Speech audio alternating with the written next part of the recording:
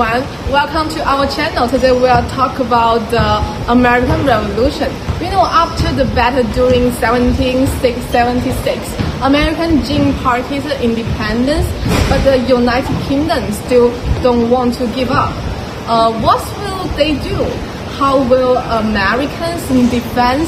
If we want to know what happened, let's follow the camera.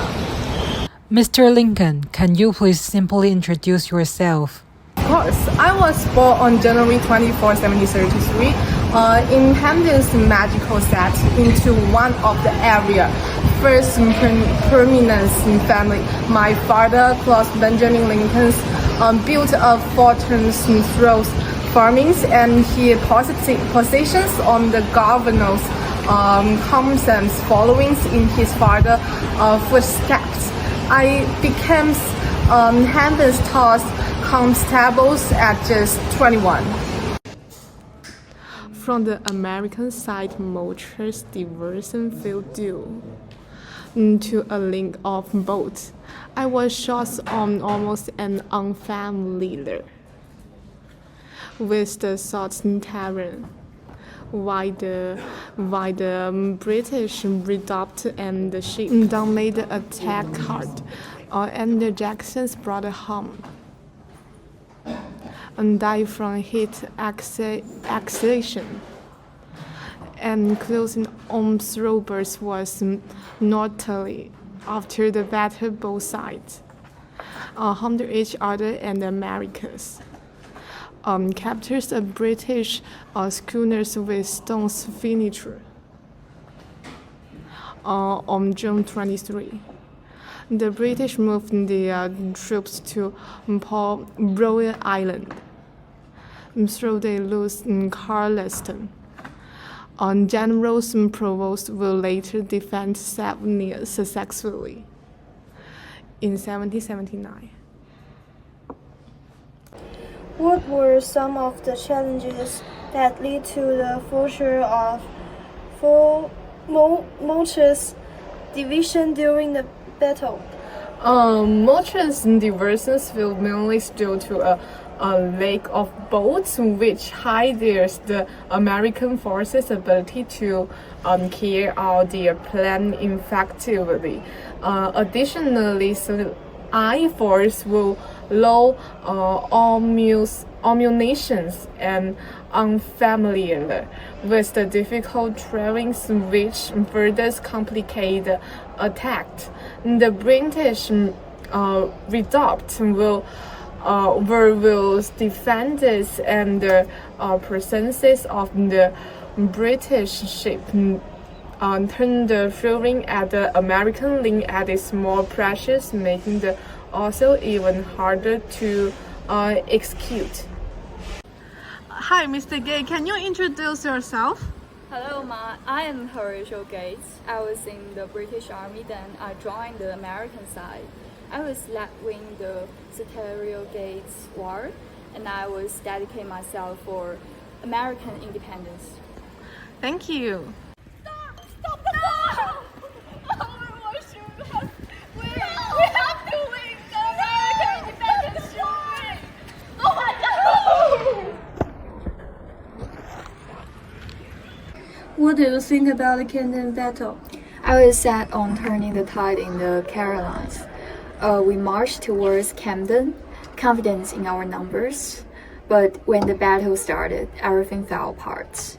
The Virginia militia in our left boiled at the first sign of the British charge. Then Tarrant's cavalry came out of nowhere and hit our right flank. Before I knew it, our army was full retreat. The losses were staggering. So many good men were killed, wounded, and taken prisoner. This defeat was not just a blow to the army, but to my career. I was still haunted by what went wrong that day at Camden. We know in the 1781, the victories of Washington's and Continental's armies at New York led to the captures of both Cornwallis and British armies. who subsequent surrounded, leading the British to negotiate an end to the conflict. George Washington led the Americans to the victory. Mr. Washington, what happened in the siege of Yorktown? At the beginning, the British Army, they focused its attention on the south. And then when we noticed, we start to move to the south. And at the initial preparation, the Americans and French built the first parallel and begin to bombardment. And with the British defense become weak on the October 14th, and we sent 2 columns to attack the last major of remaining British soldiers. Attack! And with Franco-American a little closer, its bombardment more intense than ever, and the British position begin to deteriorate rapidly, and they become weaker. And after 2 days of the negotiation, they surrender. If you have a chance to experience this again, what will you do? I think I will do what I just done. I never feel regret, even though I must leave my hometown and my family, and I miss them very much because my people believe me, so I don't want to betray the trust people have on me. And John Adams, the representative of Massachusetts, recommended me because he think I had aptitude to become an officer, and I have great talents and universal quality. And I do not think I am qualified for the honorable post for the commander, but I will accept it with the utmost sincerity. Thank you.